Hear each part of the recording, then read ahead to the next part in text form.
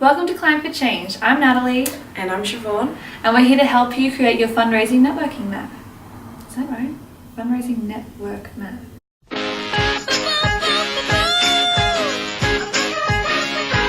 So what's the purpose of doing a network map?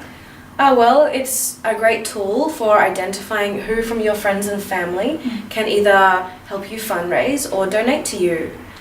We'll go into more detail later in the video, but doing a network map will help you save a lot of time further down the track, and it could help you think of people who you might not have considered otherwise. So the first step is to identify and categorize your social groups. These are basically different circles of people you know. So some common ones include friends, family, university, school, and sport. So think of all the different groups that you've been a part of in your life.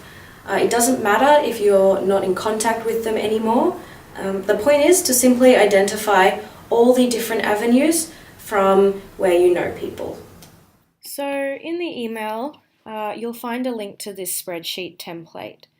Copy the document and create your own, either in Google Drive or download it onto your computer. You can rename it up in the top corner there.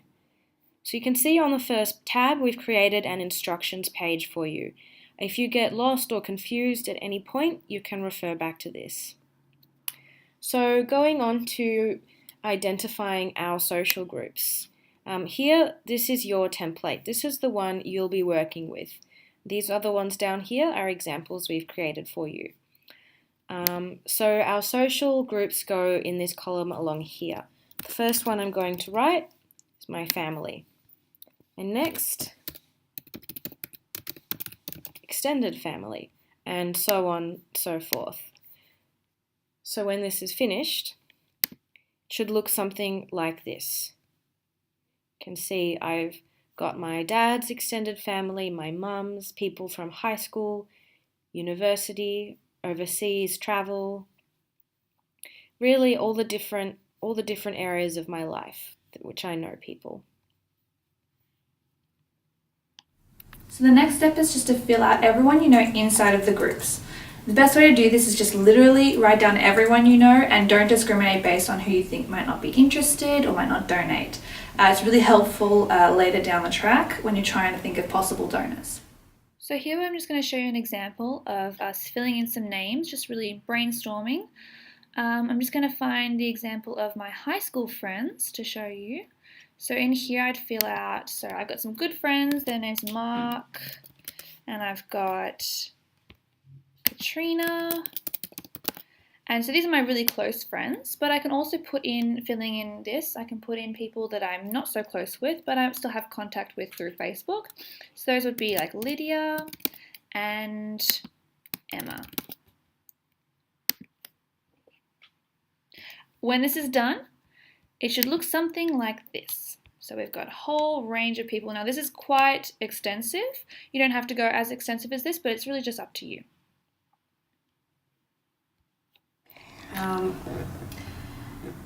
So the next step is to identify all of your friends and family who you think might be interested in helping you fundraise.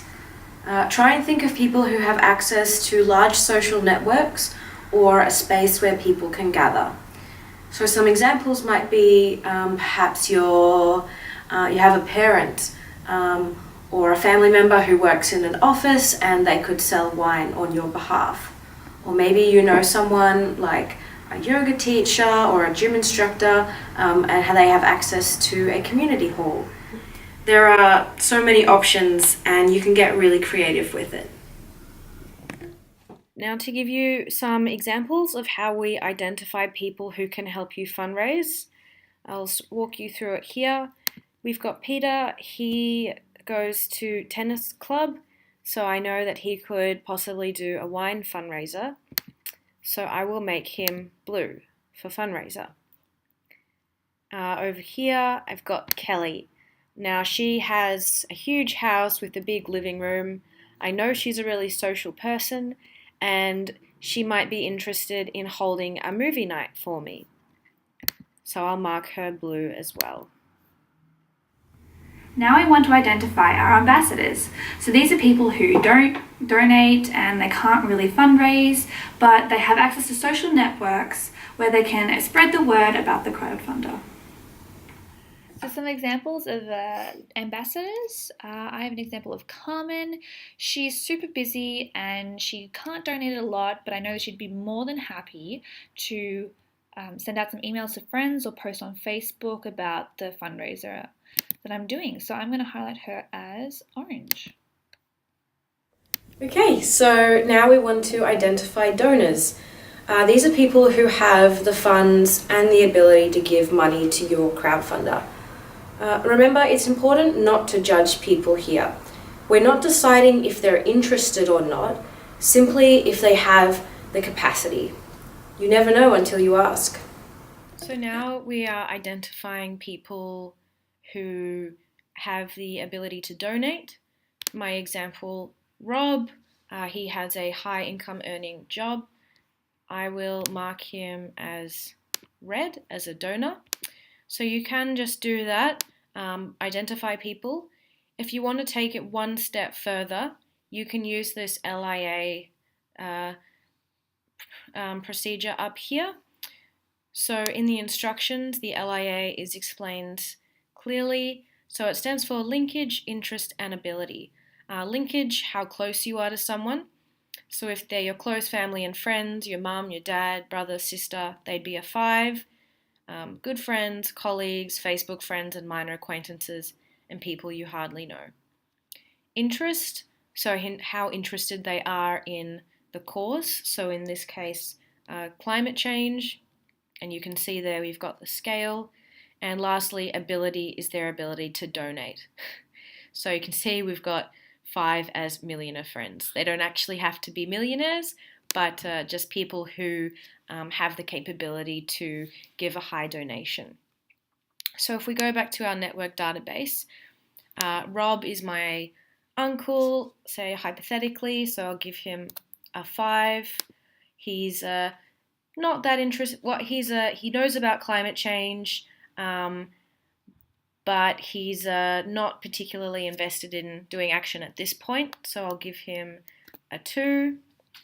And his ability, as I said, he's a high income earner, so I'll give him a 5, which gives him an LIA total of 12. And this amount column is so you can do an estimation of how much you think they might be able to donate. So for Rob, because he's my uncle and because he cares about me, I'll give him 100. So now this is how your spreadsheet should look like when it's pretty much finished. So you can see we've got our orange ambassadors, our blue fundraisers, and all of our red donors. What's different here is that I've got some purple people. So here I've identified people who are both big donors and they have the potential to help me fundraise. So this is what it really should look like. All here, everyone here, and very, very colourful, which is a good sign. Just a reminder that don't worry if yours is not as extensive as this example. You may not have a large network, and that is totally fine. And also don't put too much pressure on yourself. The main purpose of this map is just to get you thinking of the possibilities and people to ask. So the last step you can take is to put all of your potential fundraisers, donors, and ambassadors in separate tabs. You can see here we've got the examples. And it's a great way to keep track of who you have contacted, how many times, and see what, things they've signed up for and they've said yes to, and how to get back to them. Your networking map is now complete. The network map is essential to running a successful fundraiser, so we strongly suggest that you guys take 1 to 2 hours to do it well. If you have any issues or questions, you can contact us at the email below, and we'll try and help you as much as we can.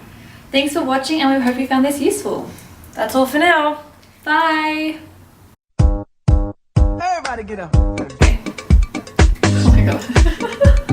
Okay. You create your fundraising network. Okay, let's try that again.